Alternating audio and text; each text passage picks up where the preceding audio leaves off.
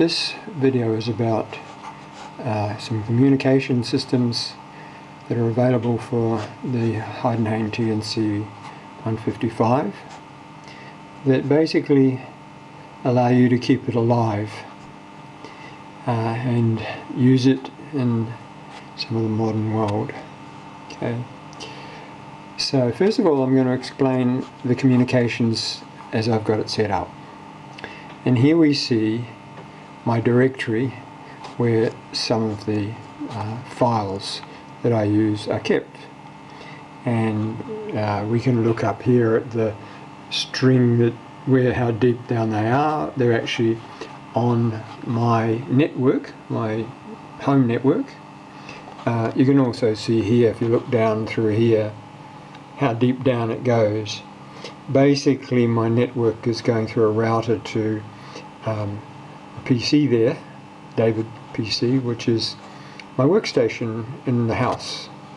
I'm in my bat cave, which is almost underground, reinforced concrete roof, floor, nothing like Wi-Fi or telephone gets anywhere near this place, maybe even atomic bombs.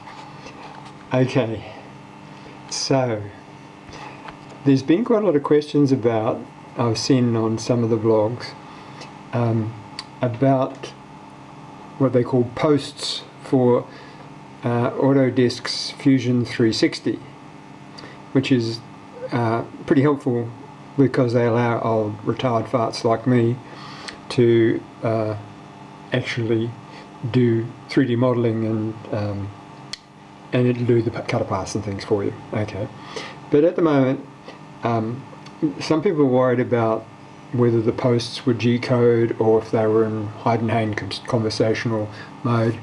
So I'm going to show you in this video how you can quite easily change from G-code to Heidenhain conversational using the Heidenhain TNC 155 itself. So up here I've got a program that I'm going to work with called number 100.I. The I means it's in ISO G-code mode, right? And now to call that program up, I use, well, first of all, let's just go and have a quick look at it. It's just a small program done in G-code. It's taken out of the Heidenhain tutorial for G-code, and I've taken a lot of the comments and added a lot of my own. So it's very well commented so I don't have to keep going back to the manual to figure things out. The comments tell me what each line's doing. That's just a handy thing to do. So that's what it looks like in G-code. Sorry, the camera's not quite getting it all, but it doesn't matter, you don't really have to read it. Let's close that, and we'll come now to this lovely little program that is a freebie from Heidenhain. And it works on essentially every type of Heidenhain controller they've ever made. And on my one, instead of talking over intranet Ethernet connections, it uses the old RS-232 comms port on this thing. So you can either download programs that you've written yourself, or you can do what they call drip feeding, which is a bit more limited.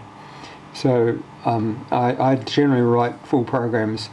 Basically drip feeding is done in a mode which doesn't remember what it's done before, and so subroutines don't work. So you have to actually repeat subroutines if you're going to drip feed. Not very helpful. You can see here the path to my PC going through my intranet to the subdirectory where things are in. The configuration here lets you choose which model of Heidenhain controller it is. So I've got mine set to the TNC 155, particular mode it's in. The program's smart enough to find the serial port. And there's the baud rate, as fast as it'll go. Pretty slow by today's standards, but actually quite fast enough for the machine to keep milling or whatever. Okay, so I actually haven't got the machine on at the moment. what it does is, as it communicates, you can see here no connection. My machine makes a lot of noise, and it's not very easy to do this on the while that's running. But when it's communicating, the program will scroll down through this area here. So very helpful little program. Not that hard to set up. It generally downloads with quite a lot of other stuff, and you can just remove that and just leave this thing here called TNC server. Here we are with looking at the Heidenhain controller, and it's all booted up nicely, and it's running in manual mode, which we can see because this little hand thing here says manual. So we go across to here. I want to edit something. Edit here. But I don't want to edit a program because there's none there at the moment. So I go up here to external. Click on that. And I get a choice up here of various different things. And the one that's highlighted is read in selected program. Well, that's nice. That's what I want to do. So we've got everything else set up. So I'll press enter. This is okie dokie. What program number? Well, we've set it up, we've been talking about program number 100. Enter. And it doesn't do much for a while. And there it is. It's read in the program. Now, if I come back here, sorry about the camera moving, I can see here on this that the comms program has read it in, and you can see not only that, but it's got all those comments there. Somewhere along the way, if we look here, it stripped all the comments out.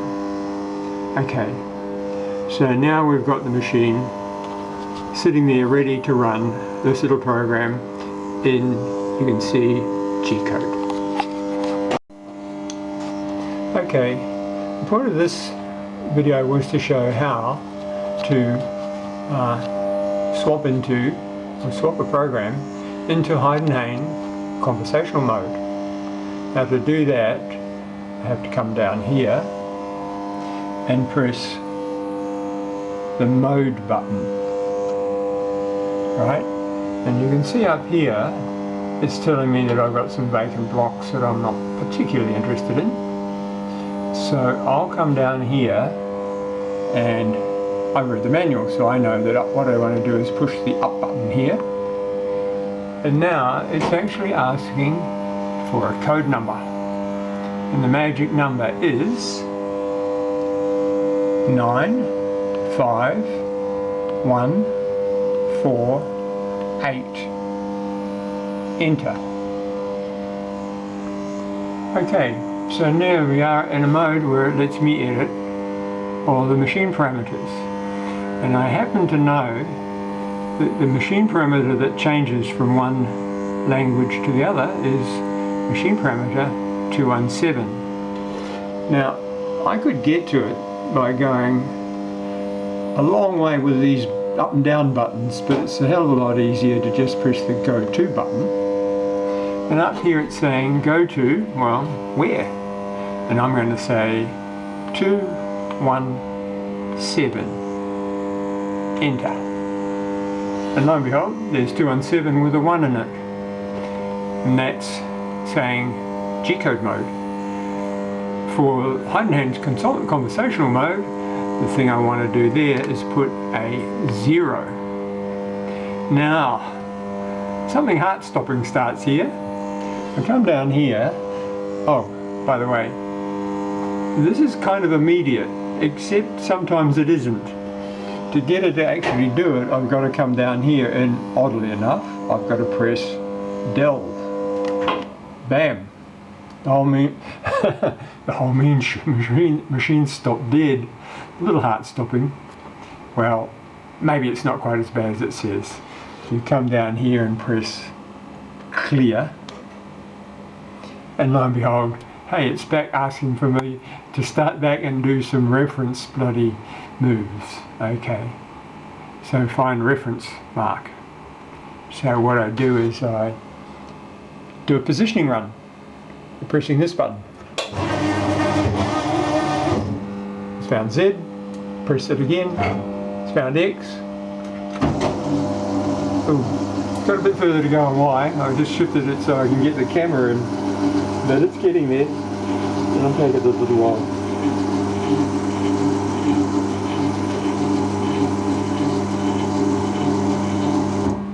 Bam, and there we are.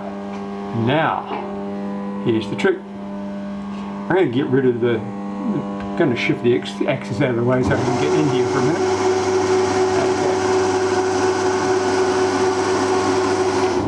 Right, now if I come down here and go back into edit mode, lo and behold, there's my program, and it's speaking Heidenhain Conversational. It's program 100 that was G-code before. It's exactly the same program, but now it's in conversational mode. Alright, okay, so the next thing you want to do is maybe save that. So we kind of go through the reverse process to before. So I'm in edit mode. I go up here and press external. And now I want to read out a program. So I come down here and I push the down button. And now we've got nicely here, read out a selected program. So I want to do that. And I simply press enter, and it says OK, output to, so if I want to put an output, I press,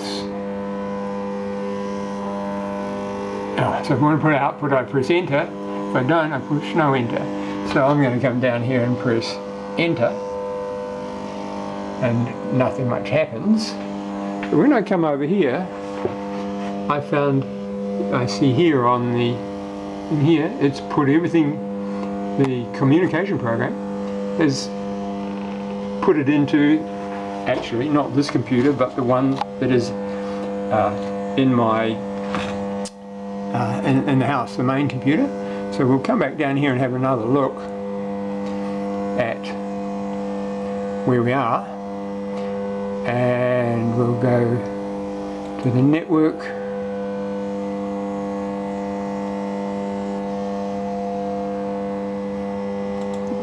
Maho Mill, and it's in, where is it, Heidenhain controller programming, and lo and behold, there it is, program H. If I double click on that, and there it is again in Notepad++, so you can see it there. It's all in conversational mode. It's labelled with an H because it's in Heidenhain mode, and if I click on this one, there's the original in G-code. Think back and forward a bit, there you got it. So there's the same program translated from one input type to the other. So if you wish to, say, run Fusion 360 and you're worried about having a post for it, I'm pretty sure there's one that does it in conversational mode, and there's also probably one that'll do it in G-code mode for this particular controller.